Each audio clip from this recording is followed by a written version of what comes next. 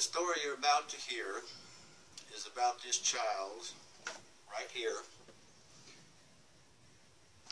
My daughter, Haley Hinton, in 2005. And the story was repeated to Houston, Texas media and Greenville, South Carolina media. And they refused to tell the story publicly. Later on, the story was filmed for the second Brzezinski documentary, and it was deleted from the film at the last minute. But it is very important to tell this story to the public so that they will know exactly what happened and what is going on. In June of 2005, our daughter was diagnosed with DIPG at MUSC Hospital in Charleston, South Carolina. Basically, the message was, this is the worst brain tumor a child can have. She will die 6 to 12 months from today. All we have to offer is radiation and chemotherapy.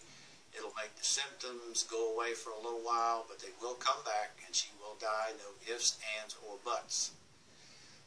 The two most important questions that we asked after this initial discussion was, is there any other method other than chemotherapy to follow up radiation? The answer was, no, sir, Mr. Hinton. There is no other method anywhere in the United States, no matter what. The most important question we asked on the way out the door was, are there any FDA trials going on regarding DIPG that we might be able to enroll in? The answer was, no, sir, Mr. Hinton. We've checked every FDA database out there for trials, and there are absolutely none available. A couple of months later, along about October 2005, we were made aware that there was another method available, referred to as anti-neoplastin therapy, at the Brzezinski Clinic in Houston, Texas, and that it had been shown to give very good results with other types of cancer. And since we were out of options and had nothing else that we could fall back on, we decided to take a trip to Houston, Texas to attempt to try to get Haley treated with anti-neoplastin therapy. Upon arriving in Texas at the Brzezinski Clinic, we were informed that she had to have a new MRI because the old one was out of date. We got an MRI done. It subsequently showed that she had significant fluid buildup in her brain and that a shunt would have to be applied before Brzezinski could treat her in any way, shape, form, or fashion. He did make it very clear to us that when we went into Houston to get a shunt done, we were going to run into a lot of negativity and a lot of pushback regarding his name, when his name would be brought up and his clinic would be brought up. The two most important examples of this were as follows. We were told by the Ronald McDonald House in Houston, Texas, upon asking for a room, they wanted to know where we were staying, and we said we were at the Brzezinski Clinic. They basically said, you can't stay here. We don't accommodate Brzezinski's patients. And we found this to be extremely weird and upsetting, but we went ahead and accepted it and got another room someplace else. Upon showing up at the Texas Children's Hospital, we basically explained the problem and let them know that she was in need of a shunt. There was a discussion, and it began to look as if they were going to agree to put the shunt in. Then the surgeon asked the question. He said, what are you going to do when the shunt gets put in? What are you going to do after that? And we basically let him know that we would probably go back to the Brzezinski Clinic for treatment after the shunt was put in. He said, wait a minute, I need to go have a discussion. He went in the back room, and I saw him talking to two other doctors back there. And basically, he came back and said, we're just not going to do this. We just don't think it's in the best interest of the child. Needless to say, we found this very upsetting. And we crossed the road over to MD Anderson. And at MD Anderson, we basically ended up having to pretend to be interested in a phase 1 trial that they had just started for DIPG to get them to agree to put the shunt in her head.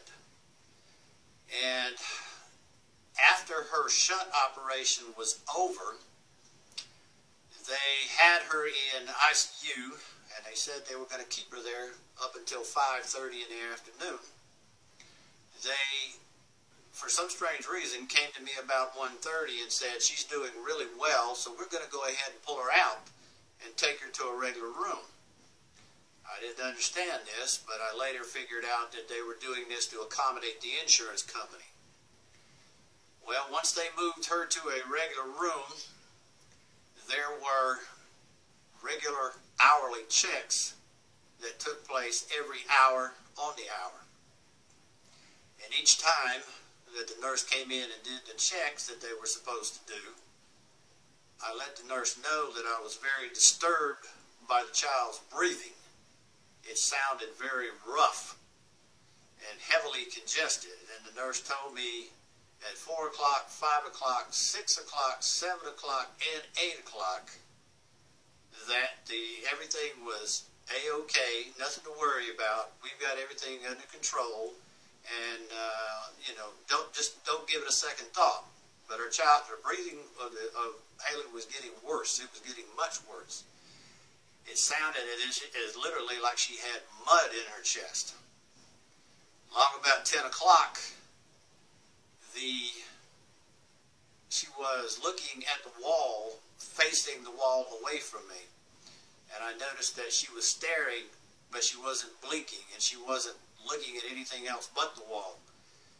It became very obvious that there was something wrong. She was non-responsive, so I ran out into the hallway and demanded that the nurses come in and do something immediately.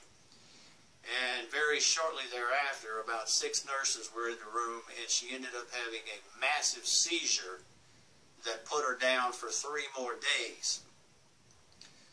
Come to find out that they stopped checking her salt level when she left ICU, and apparently the nurses all day long had not noticed that all of the saline that went into her, none of it had come out, and it had backed up into her lungs. Basically, I had an open and shut lawsuit against them and probably could have made $250,000 off of them easily.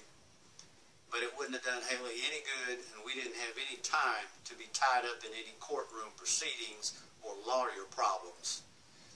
So we decided to let it go. Basically, by the time she got over that seizure, all of us were completely mentally and physically drained, and I decided to go ahead and let them do their phase 1 trial with Haley. It did absolutely no good, and she died December 24th, 2005, at home. And at that point in time, we were extremely upset, depressed, dejected, and heartbroken.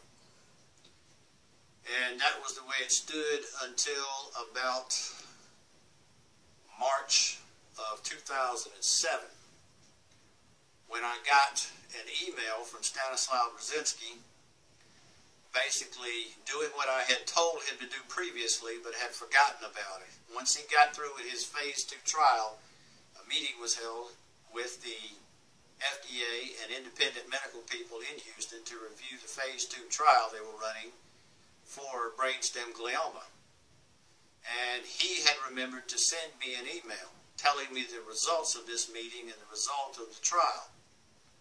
In the results, in this memo, he detailed that not only had the clinic determined, but the FDA had determined that the 26 children who were in the trial and had received only anti-neoplastic therapy were the best responders out of 110 children.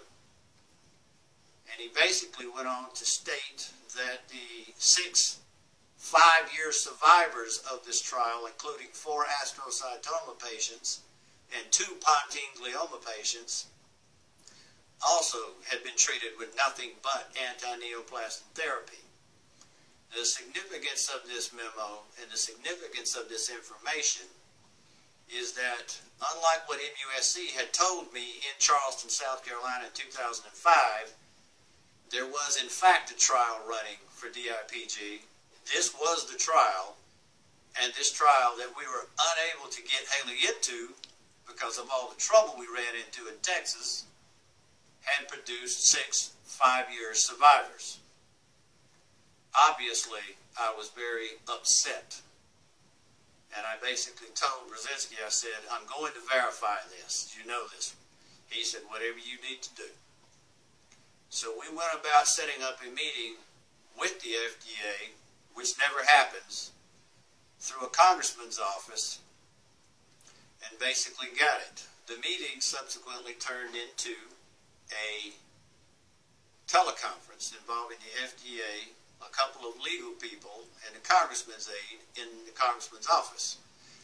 They basically said, we don't meet with individuals. We don't explain ourselves to individuals.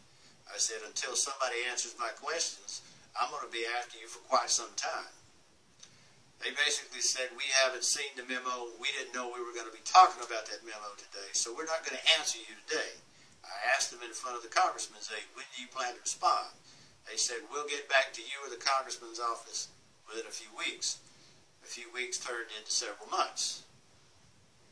They basically said, if you want us to answer your questions about this memo, you're going to have to get Brzezinski to send a letter to us giving us permission to talk about his trials to you.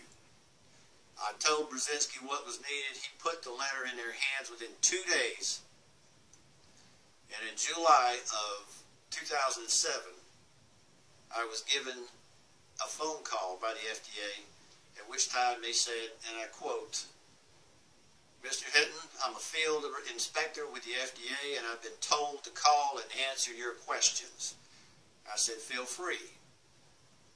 He said, the information in the memo you got from Brzezinski is, in fact, correct. We did verify that 74 children treated with hospital radiation and chemotherapy in the trial did not do well. The 26 children who were treated with nothing but anti-neoplastic therapy with no previous radiotherapy or chemotherapy were in fact the best responders. There were 6 5-year survivors, 4 astrocytoma patients and 2 pontine glioma patients. That terminated any and all discussion with the FDA at that time.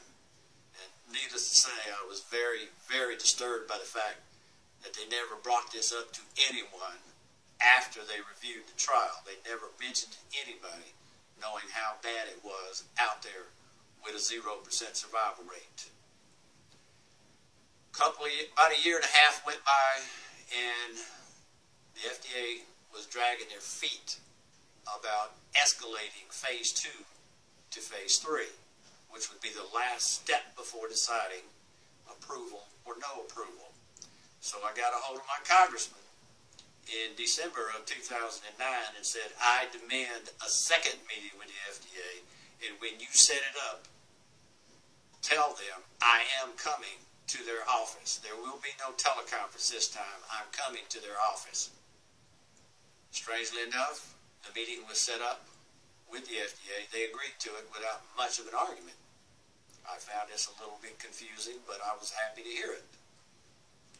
A week and a half before the meeting was to take place on January 22nd, I got a call from the Brzezinski Clinic saying, you don't have to go to Maryland to meet with the FDA. When I asked the employee at the clinic why, she said, because we've just been approved for phase 3 for brainstem glioma, the first phase 3 trial for this disease in the history of the United States. And to date, 2014, Still the only phase 3 trial ever approved for it. Obviously the clinic was ecstatic. My wife and I were ecstatic, and we thought that something good was about to happen. Basically, we had a meeting with the Greenville Hospital, and I contacted MUSC and the Richland County Hospital in Columbia about enrolling in this trial. We actually had a meeting with the Greenville staff, at which time we laid out the information and told them exactly what we wanted from them to enroll in this trial. Nothing more, nothing less, based on their 0% survival rate. After a month and a half of a lot of discussion back and forth, the Children's Oncology Director at Greenville's Hospital, Carrie Stroud, told the Congressman's aide that they could not enroll in the trial because there was no need.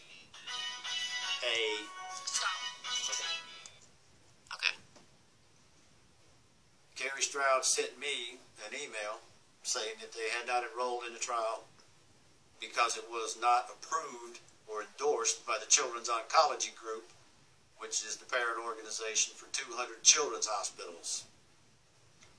Basically, I contacted COG Director Dr. Gregory Riemann and asked him his thoughts on the email that I got from the staff at Greenville. His quote to me was, Greenville is not bound contractually or legally to follow any trial that we set up. They are free to enroll in any trial they choose. He then said, it sounds to me as if Carrie Stroud and his staff at Greenville are using us as an excuse not to enroll. That ended that discussion with Greenville at that point. I was very upset with all 3 children's hospitals in South Carolina, but by early 2010, I discovered that all 230 children's hospitals in the United States had rejected the only phase 3 trial in the history of the FDA for DIPG. And this is with a 0% survival rate at each and every one of these hospitals. To this date, there has been no other phase 3 trial, and basically this proves that they have no intention of cooperating with the Brzezinski Clinic under any circumstances whatsoever. And I'm not exactly sure how to remedy this problem, but there have been 1,400 children die from DIPG in the United States since 2005. And to date, in the state of South Carolina, DIPG is not even acknowledged as a problem at all by anybody. The average money billed to parents of DIPG children all over the country averages $300,000 per child. This is more than the average house in my county costs. So there is a real incentive not to change to a new treatment. As of today, I would like to make a humble request to everybody in the United States. Please, please, please contact your local children's hospital and ask them why they have not enrolled in Brzezinski's phase 3 trial for DIPG. Make them answer the question. And my concern is not the 1,400 that have died in the last 5 years. My concern is the 1,400 that are about to die, because nothing has changed since 2005. Thank you very much.